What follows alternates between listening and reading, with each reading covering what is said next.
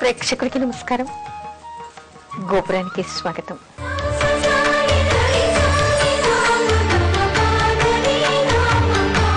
భోజన సమయంలో పాటించవలసిన నియమాలు ఏమిటి? అసలు భోజనం అంటే ఏమిటి? మనం తీసుకునేటువంటి ఆహారం. మనకి ఉపనిషత్తులు, ఆధ్యాత్మిక గ్రంథాలు ఏం చెప్తున్నాయంటే, మనం తీసుకునేటువంటి ఆహారంలో స్థూల భాగం మలంగా మారుతుంది, మత్స్య మాంస మనకి మాంసంగా మారుతుంది, అంటే మన శరీరంలోని మాంసంగా మారుతుంది, సూక్ష్మమైనటువంటి భాగం మనకి మనస్సుగా మారుతుంది. అంటే ఏమిటి?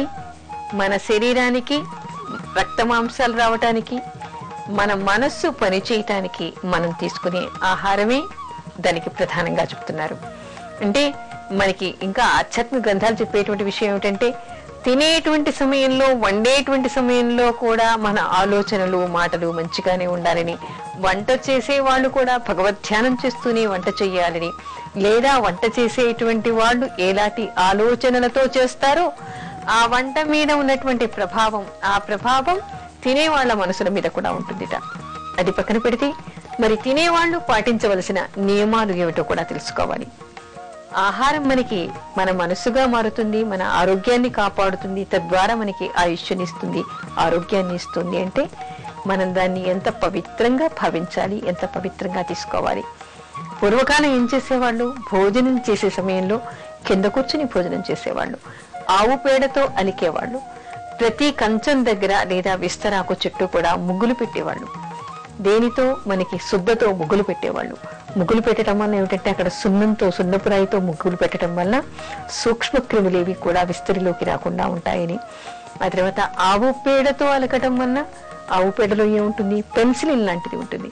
దానివల్ల సూక్ష్మ క్రిములేవి కూడా మనకి మనం తినేటువంటి ఆహార పదార్థాల్లోకి రాకుండా ఉంటాయి. అందరూ కూడా పాటించవలసినటువంటి ముఖ్యమైనటువంటి విషయాలు ఏమిటంటే, తినేప్పుడు మాట్లాడకూడదు అంటారు. మనకి సమారాధనలో చెప్తుంటారు, భోజనకాలే రామస్మరణ అంటూ ఉంటారు. రామస్మరణ చేయాలని.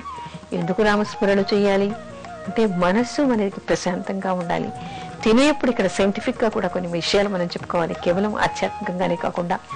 ఎందుకు అంటే, తినేప్పుడు మనస్సు ప్రశాంతంగా ఎందుకు ఉండాలంటే, చాలా మంది భోజన సమయంలోనే దెబ్బలాటలు పెట్టుకుంటూ ఉంటారు, కొట్లాడుతూ ఉంటారు, ఘర్షణలు పడుతూ ఉంటారు, మాట్లాడుతూ ఉంటారు, కోపంతో కంచాన్ని విసిరేస్తూ ఉంటారు. అంతేకాదు, కొంతమంది టీవీ వైపు చూస్తూ ఆందోళనకరమైనటువంటి విషయాన్ని, శవాల్ని చూస్తూ భోజనం చేస్తూ ఉంటారు. దాని ప్రభావం కూడా వాళ్ళ తిన్నటువంటి ఆహారం మీద ఉంటుంది. భోజనం చేసేప్పుడు అలాంటివి ఏవి చూడకూడదు అంటారు. అది కాకపోతే కొంతమంది అతిగా జోక్స్ వేస్తూ, నవ్వుతూ, మాట్లాడుతూ తింటూ ఉంటారు. ఏమండి, నవ్వుతూ సంతోషంగా తినడం మంచిదే కదా అని కూడా అడగచ్చు. కాకపోతే భోజనం చేసేప్పుడు వీలైనంతగా మౌనంగా ఉండడం, భగవత్ ప్రార్థన చేస్తూ కానీ, అలాంటి స్తోత్రాలు వింటూ కానీ భోజనం చేయాలి.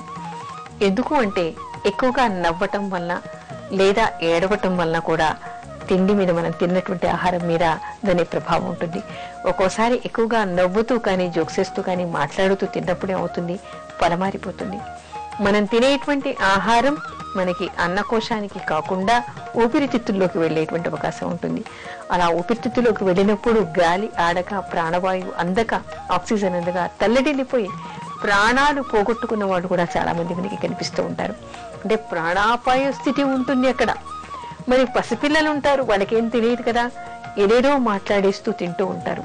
పిల్లలకి చిన్నప్పటి నుంచి కూడా మాట్లాడే సమయంలో, అంటే భోజనం చేసే సమయంలో ఎక్కువగా అన్యథా మాట్లాడకుండా మౌనంగా భోజనం చేసేటువంటి అలవాటు, లేదా భగవన్నామం చేస్తూ తినేటువంటి అలవాటు, అసలు ఏదీ లేకుండా ఏదైనా మంచి కీర్తనలు కానీ, మంచి సంగీతం కానీ, భగవత్ ప్రార్థనలు కానీ, లేదా ప్రశాంతమైనటువంటి విషయాలు కానీ వింటూ భోజనం చేయాలి. పరిశుభ్రమైనటువంటి భోజనాన్ని చేయాలి. ఆహార పదార్థాల మీద మూతలు ఉండాలి. భగవన్నామం చేస్తూ తినాలి, మాట్లాడకుండా తినాలి. అలా తినటం వల్ల తినేటువంటి ఆహారం మనకి ఆరోగ్యాన్ని చేకూరుస్తుంది. మరికొంతమంది వీళ్ళకి సరిపోకపోతే, సహించకపోతే మరొకరి విస్తరిలో వేస్తూ ఉంటారు, లేదా వాళ్ళ విస్తరిలో బాగున్నటువంటిది తీసుకుని తింటూ ఉంటారు. ఆ ఎంగిలి మాకేం తప్పు లేదండి అని. ఎంగిలి తప్పు అనేటువంటిది కాదు ఇక్కడ. ప్రతి వాళ్ళు ఆహారం తీసుకునేప్పుడు ఏమని భావించాలి? మనలో ఉన్నటువంటి ఆత్మ భగవత్ స్వరూపం, ఆ ఆత్మ రాముడికి మనం నివేదన చేస్తున్నాము అనేటువంటి భావనతో తీసుకోవాలి. అలా తీసుకోవాలి అని అనుకున్నప్పుడు మరి ఎంగిళ్ళు తినకూడదు కదా.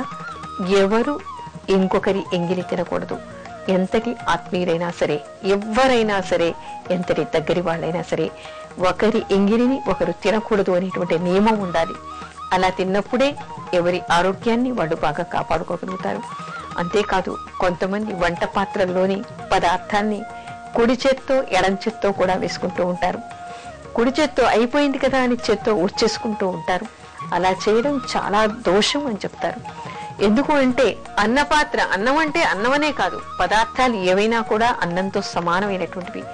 అలాంటి పాత్ర ఎక్కడ ఉంటుంది? అన్నపూర్ణాదేవి చేతిలో ఉంటుంది. అంటే అన్నపాత్ర అంటే అన్నపూర్ణ హస్తంలో ఉండేటువంటిది, అది అన్నపూర్ణ స్వరూపంగా భావిస్తారు. అలాంటి పాత్రల్లో ఎంగిలి చెయ్యి పెట్టి ఎప్పుడు ఎట్టి పరిస్థితుల్లో కూడా దానిలోవి ఊడ్చేసుకుని తినకూడదుట. ఊడ్చేసుకుని ఎప్పుడు కూడా పాత్రని బోర్లిచ్చి పెట్టకూడదుట. భోజనం చేసిన తర్వాత మనం వండినటువంటి పాత్రలో కాస్తైనా మిగిలి ఉండాలిట. అలా మిగిలి ఉండకపోతే దరిద్రం వస్తుంది అంటారు.